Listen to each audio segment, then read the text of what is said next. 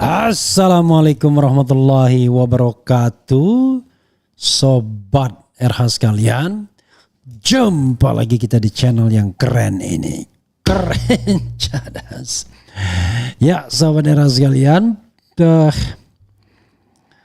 ini ada berita ngeri-ngeri sedap ya. Yaitu mulai dibocorkan, dipublikkan video pengakuan Hasto Kristianto, Sekjen PDIP yang sekarang ditahan KPK karena kasus Harun Masiku.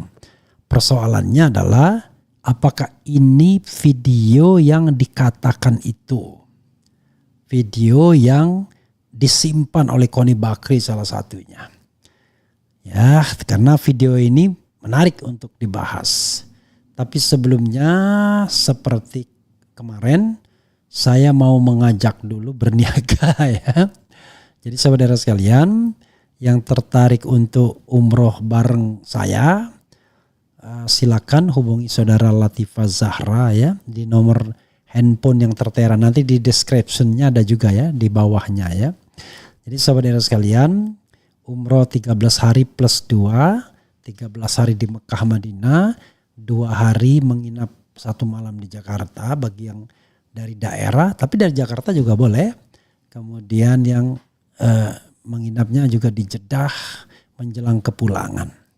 Jadi sobat RH sekalian, mudah-mudahan sobat RH tertarik ya untuk ikut reasonable tiket dan katakanlah biayanya, karena jalannya itu bisa dibilang selama 15 hari. Karena biasanya dihitung kan hari perjalanan itu. Tetapi tetap ya tidak mengurangi di sana. Jadi kalau tertarik silahkan ya umroh spesial bersama Haji Refli Harun. Jadi saya diminta oleh Kiai Haji Sofatillah Mohzaib agar saya menyediakan waktu untuk umroh di bulan Ramadan. Ya sudahlah. Karena terus terang saja saya belum pernah umroh di bulan Ramadan. Jadi saya menyatakan ya sudah bersedia ya. Dan mudah-mudahan sobat era sekalian juga ingin untuk berumroh di bulan Ramadan. Kita merasakan bagaimana berpuasa, bertarawih di tanah suci yang terus terang belum pernah saya lakoni. Kalau ibu saya dulu pernah ada program selama 1 bulan penuh menginap di rumah orang ya, bukan di hotel. Tapi ini tentu di hotel ya. Ada bintang 3, ada bintang 5. Silakan kalau berminat untuk ikut umroh dengan saya dan Kiai Haji Sofatillah Mohzaib. Mudah-mudahan urusannya lancar dan don't worry ya. Insya Allah ini keberangkatannya 99,9%. Karena memang beliau sudah memberangkatkan ratusan jemaah umroh dan memang travel ini sangat ekspansif ya, memberangkatkan jemaah umroh. Jadi saya juga sempat bareng mereka awal Januari lalu.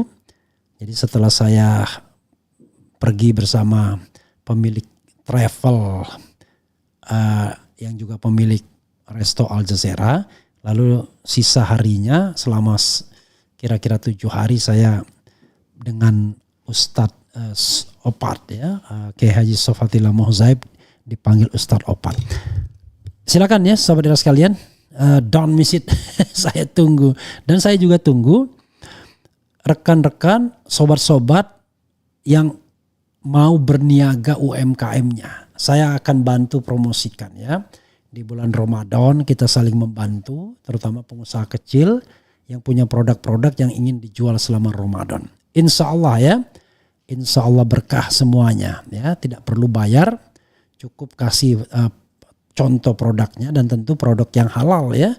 Produk yang secara legal sudah katakanlah ya, kalau UMKM biasanya saya tidak tahu ya apa ada legal label halal dan lain sebagainya. Tapi ini kan biasa usaha rumah tangga ya tentunya. Jadi kalau pakai label-label semua ya susah jadinya. Kasihan.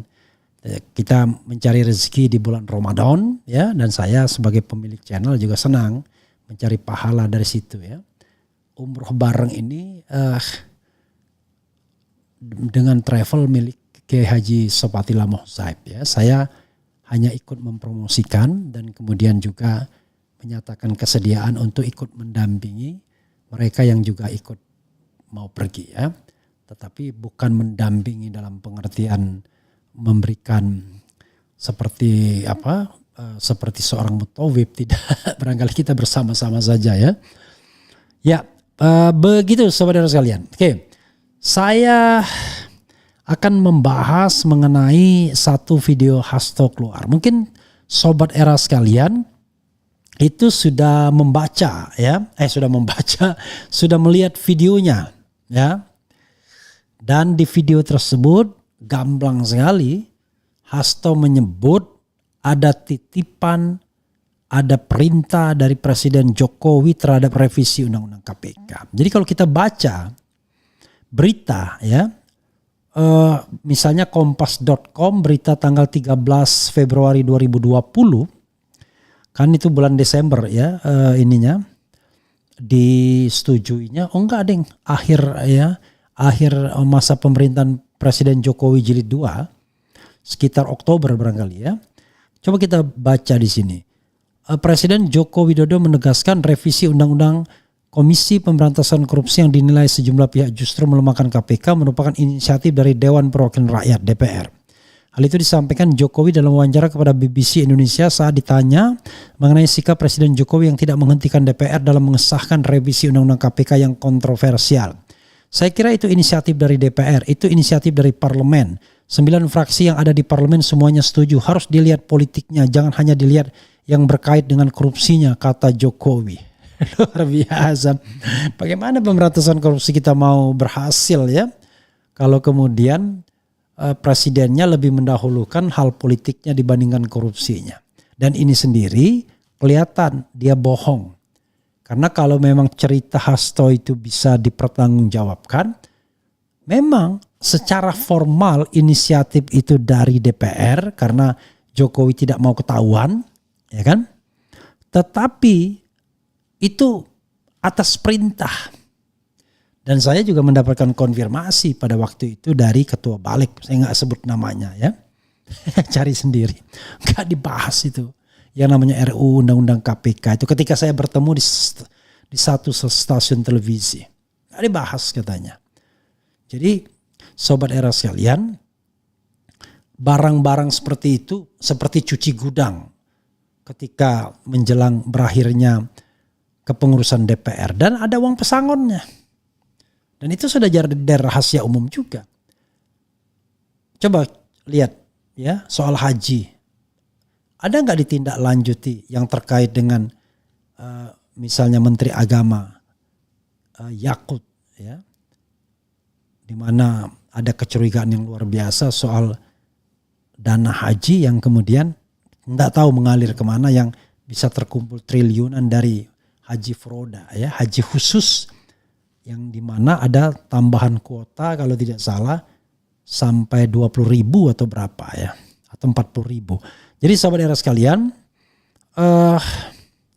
kita akan lihat ya, karena tidak benar berarti. Dan memang make sense kalau seandainya Jokowi berkepentingan terhadap pelemahan KPK atau menaruh KPK di bawah kontrol atau ketiak kekuasaannya.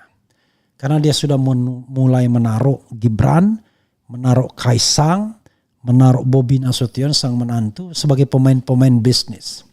Dengan segala kecurigaan publik bahwa mereka menyalahgunakan jabatan ayahnya. Mulai dari Kaisang yang menggunakan private jet, Gibran yang ya kita tahulah ya, selain wali kota tiba-tiba dia menjadi wakil presiden. Kemudian Bobi Nasution, ada isu blok Medan, ekspor nikel dan lain sebagainya. Dan kalau memang benar Jokowi dalang dari pelemahan KPK, maka dia sudah melakukan abuse of power. Memang abuse of power ini kontrolnya kontrol politik dari DPR. Dan celakanya DPR zaman itu semuanya dikontrol oleh yang namanya Presiden Jokowi. Dan kalau soal persetujuan tidak ada yang tidak setuju, 9 fraksi katanya setuju. Ya kita patut curiga karena yang dilemahkan KPK, di mana KPK justru musuhnya DPR.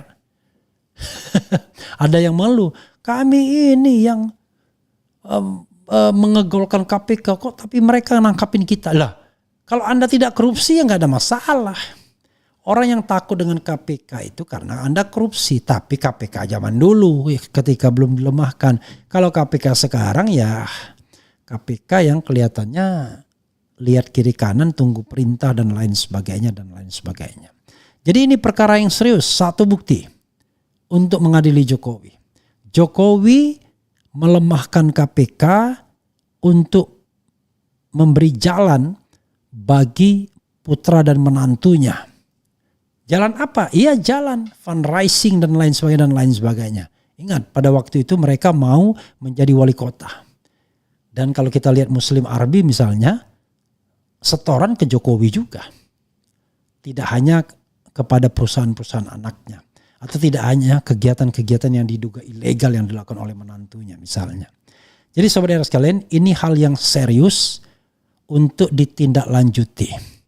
Jadi pemerintahan Prabowo yang mengatakan terima kasih kita menang karena dukungan presiden ke-7. Waduh, itu benar-benar menyakiti dua elemen. Satu rakyat dan satunya penegakan hukum yang anti korupsi. Sahabat sekalian, kita lihat ya bagaimana videonya. Di dalam video tersebut yang barangkali kawan-kawan sudah baca juga. Sobat era sekalian sudah tonton ya. Hasto menyebut soal perintah Jokowi untuk revisi Undang-Undang KPK ketika dia ditemui seorang menteri utusan Presiden Jokowi.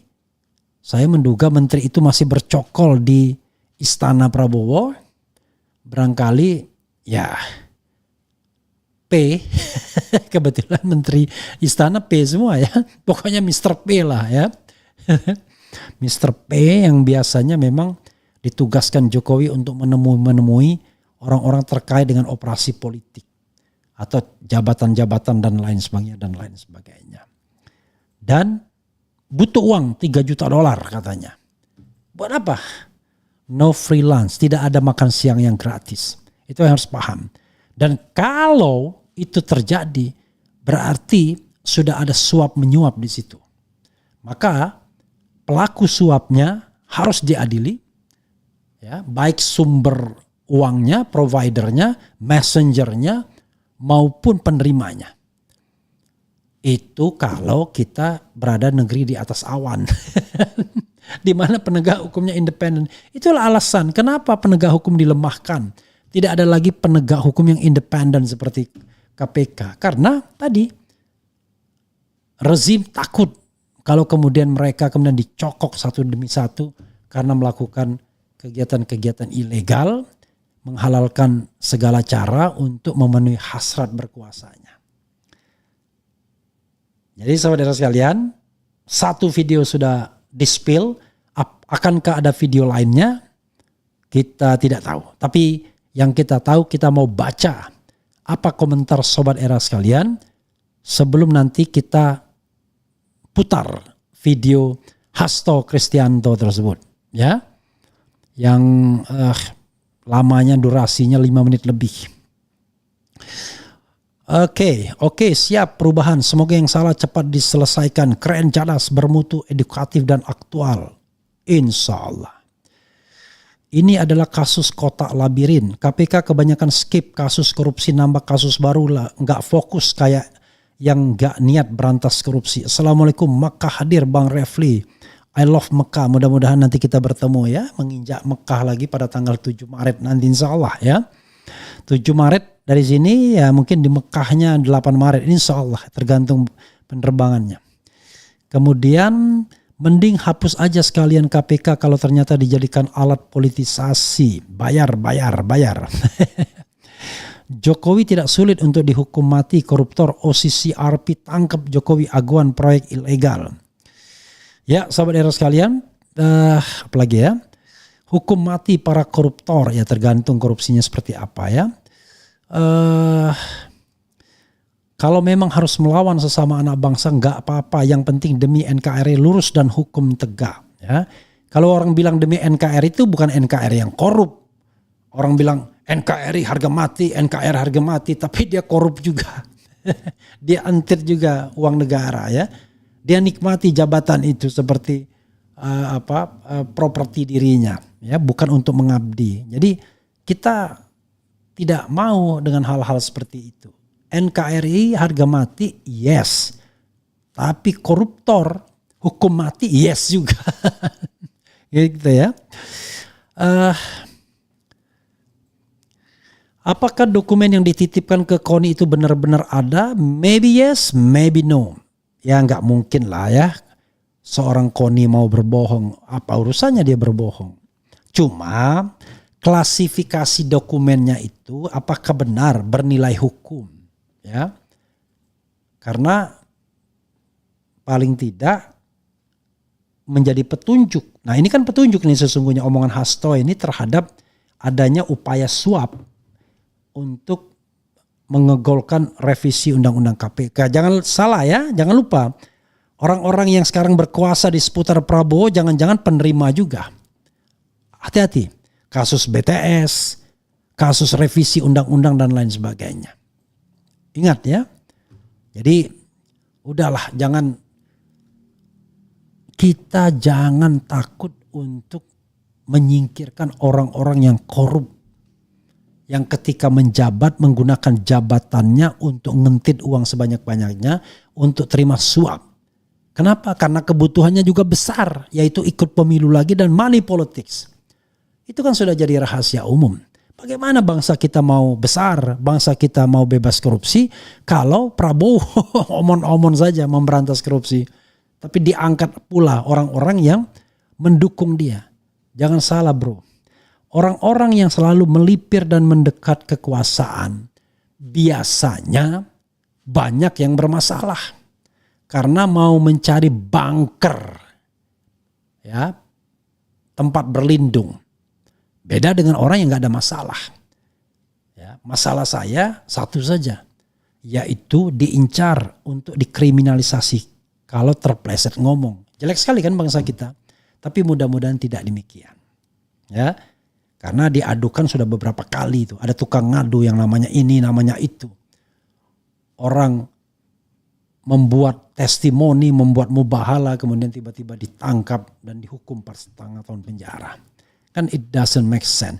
Kalau Prabowo mau baik-baik, coba bedah. Ya, rekrut orang-orang bersih. No, bukan saya ya. Saya udah mengatakan tidak. Biarlah jadi saya yang jadi pengontrol di luar pemerintahan. Tapi rekrutlah orang-orang bersih yang tidak punya konflik of interest. Bukan orang yang pernah jadi tersangka, orang yang terima duit, suap dan lain sebagainya dan lain sebagainya. Oke, saudara sekalian, ya.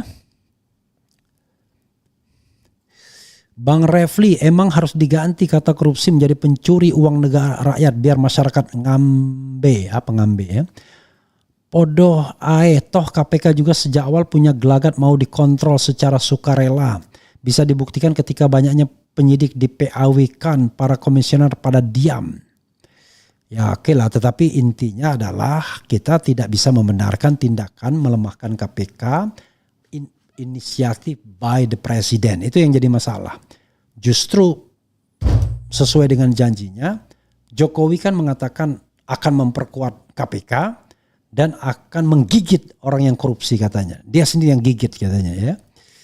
Di era Mulyono semua penjahat, semua jadi penjahat bukan pejabat. Istana dan wakil rakyat jadi sarang penyamun. Itu seperti ini ya. Istana jadi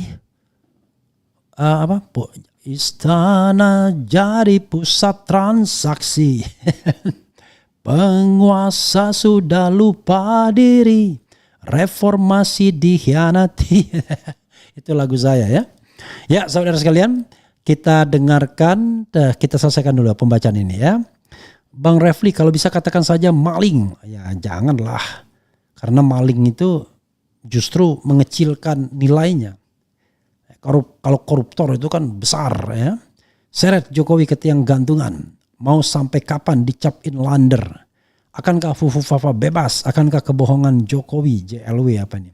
Tuh, borok meleduk koalisi permanen akal licik capres dan cawapres baru kemarin diwawancara. Najwa Shihab, apakah ini abuse of power mau membuat partai super TBK? Kemudian, ayolah reformasi, satukan kekuatan agar kebenaran tegak.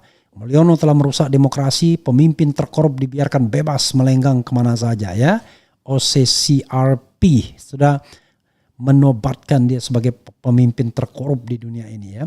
Bang Refli, pakai topi koboi harusnya sekalian bawa pistol untuk menembak para koruptor. Kalau bawa pistol nanti kita ditangkap malah dianggap memiliki senjata ilegal ya. Apalagi ya. 58 SHM pagar laut batal dicabut. Parah. Ya itulah ya. Indonesia nggak ada masa depan buat anak-anak muda. Ada anak-anak muda yang mau mendekat dengan kekuasaan, yang ikut perilaku korup, ya, yang ingin jadi pejabat publik tetapi ingin sekedar ngentit uang negara. Nah, itu masa depan buat mereka lah. Tapi mereka yang ingin idealis mengabdi kepada Republik bisa jadi belum ada masa depan di bawah kepemimpinan Prabowo hingga hari ini. Kita tidak tahu besok. Siapa tahu besok dia sudah berubah drastis ya. Tiba-tiba besok dia tangkap-tangkapi orang-orang yang kritis kepada pemerintahan. Wah kacau tambah. Kita akan lihat ya. Alih-alih dia tangkap koruptor, yang dia tangkap orang-orang yang kritis pada pemerintahan. Karena dianggap dia menjadi pengganggu. Kita tidak mengganggu, kita mengingatkan Mr. Prabowo. Ya.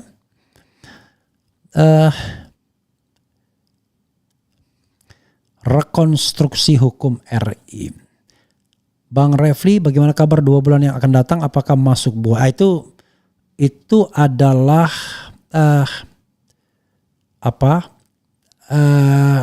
waktu yang diberikan Rizal Fadila ya ketika saya interview. Oke, ini dari Filipus, viralkan penerima 3 juta US dollar. Who is? Ya, who are? Karena nggak mungkin satu. Ya, siapa penerima 3 juta dolar? Udah kebiasaan DPR ini, udah sering sekali kan. Kasus BTS kah? Emang nggak terima ya? Orang-orang di kasus BTS tuh para legislator. Di kasus cek pelawat kah? Di kasus dana desentralisasi kah dan lain sebagainya. Sudahlah ya, itu menjadi rahasia umum. Sobat Era sekalian, kita dengarkan apa yang disampaikan Hasto Kristianto ya. Dan sambil saya menunggu apakah sobat tertarik untuk umroh bareng saya ya. Kita escape sebentar. Tapi kita tidak lari ke luar negeri untuk bekerja. Tapi beribadah ya. Oke sobat sekalian, itu saja. Wassalamualaikum warahmatullahi wabarakatuh. Keren cadas. Ciao. Terima kasih seluruh masyarakat Indonesia yang saya cintai dan banggakan. Cerita ini diawali pada tanggal 7 Mei 2024 ketika saya menghadiri pidato pemilu dan jalan kebudayaan yang disampaikan oleh Prof. Sulistyowati di UI. Di situ saya bertemu dengan Bapak Novel Baswedan, Pak Rocky Gerung, dan tokoh-tokoh civil society lainnya. Ketika saya bertemu dengan Mas Novel Baswedan, beliau menanyakan ke saya perlu konfirmasi apakah betul PDI Perjuangan yang memelopori perubahan Undang-Undang KPK yang mengkerdilkan KPK di dalam upaya pemberantasan korupsi. Saya katakan dengan tegas kepada Mas Novel Baswedan saat itu, inilah kalau ada hal-hal yang buruk oleh Presiden Jokowi selalu dilimpahkan kepada PDI Perjuangan dan juga Ibu Megawati Soekarno Putri. Tetapi ketika ada hal-hal yang positif selalu diambil oleh Presiden Jokowi tanpa menyisakan benefit bagi kepentingan PDI Perjuangan. Mengapa saya katakan seperti itu? Revisi Undang-Undang KPK termasuk kabar buruk yang disampaikan bahwa itu adalah ulah PDI Perjuangan. Sebagai Sekretaris Jenderal DPD Perjuangan, saya sampaikan kepada Mas Novel bahwa saya adalah sekjen yang sangat getol menjabarkan perintah Ibu Megawati Soekarno Putri bagaimana PDI Perjuangan memerangi korupsi. Karena itulah tuduhan bahwa revisi Undang-Undang KPK diarsiteki oleh PDI Perjuangan itu sangat salah. Saya ingat ketika saya bertemu dengan Presiden Jokowi di Istana Merdeka menjelang Mas Gibran dan Mas Bobi mau mencalonkan sebagai wali kota Solo dan wali kota Medan. Saya mengatakan kepada Pak Presiden Jokowi sekaligus untuk menguji keseriusan beliau di dalam mencalonkan anak dan menantunya. Pak Presiden, apakah betul Bapak mau mencalonkan Mas Gibran dan Mas Bobi sebagai wali kota? Loh, kenapa Pak Sekjen? Karena ketika Mas Gibran dan Mas Bobi sebagai wali kota, maka otomatis dia menjadi pejabat negara. Dan ini akan sangat rawan terhadap berbagai bentuk gratifikasi, suap, dan berbagai tindakan korupsi lainnya. Presiden Jokowi sempat termenung saat itu. Dan kemudian dari situlah saya merasakan bahwa pertanyaan saya ini sangat mengusik perhatian dari beliau. Karena saya tegaskan bahwa ketika Mas Gibran dan Mas Bobi menjadi wali kota, maka dengan mudah akan terkena operasi tangkap tangan dari KPK dan juga aparat penegak hukum yang lain. Maksud saya bertanya kepada Presiden Jokowi adalah untuk mengingatkan bahwa beliau sudah presiden. Buat apa kemudian anak-anaknya harus menjadi wali kota dan itu mengandung suatu risiko-risiko politik mengingat presiden juga berhadapan dengan begitu banyak pihak-pihak yang selalu mencoba berhadapan dengan Bapak Presiden. Tetapi beberapa saat kemudian saya menerima salah seorang menteri dan beliau mengatakan kepada saya bahwa sudah mendapatkan arahan dari Presiden Jokowi untuk melakukan revisi Undang-Undang KPK. Saat itu dijelaskan berbagai pasal-pasal penting, misalnya bahwa pimpinan KPK tidak otomatis bertindak sebagai penyidik. Kemudian ada beberapa pasal-pasal yang tidak memungkinkan bagi penyidik independen untuk bergabung ke KPK. Berbagai revisi-revisi itu, karena ini adalah perintah dari Presiden, maka ya saya sarankan untuk bertemu dengan seluruh jajaran fraksi di DPR RI dan coba menggalang atas perintah dari Presiden. Nah saat itu Pak Menteri yang menjadi kepercayaan dari Pak Jokowi ini menyampaikan bahwa kira-kira akan diperlukan dana sebesar 3 juta US dollar untuk menggolkan revisi Undang-Undang KPK. Dan mengapa berjalan mulus? Karena Presiden Jokowi punya kepentingan untuk melindungi Mas Gibran dan Mas Bobi. Maka sejarah mencatat bahwa revisi Undang-Undang KPK ini dilaksanakan sebelum pelaksanaan pilkada serentak di mana Mas Gibran dan Mas Bobi berproses menjadi wali kota.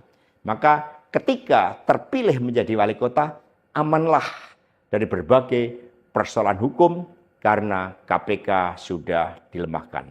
Jadi dari keterangan saya, yang saya pertanggungjawabkan secara hukum, secara politik, yang saya pertanggungjawabkan di atas Tuhan yang Maha Kuasa tentang kebenaran pernyataan saya ini meskipun tanpa bukti, rakyat Indonesia bisa mengetahui bahwa pelemahan KPK dilakukan oleh Presiden Jokowi, kemudian dampaknya dituduhkan kepada PDI Perjuangan. Ini jawaban buat Mas Novel Baswedan. Terima kasih, tegakkan kebenaran, Satyam, Eva Jayate, merdeka.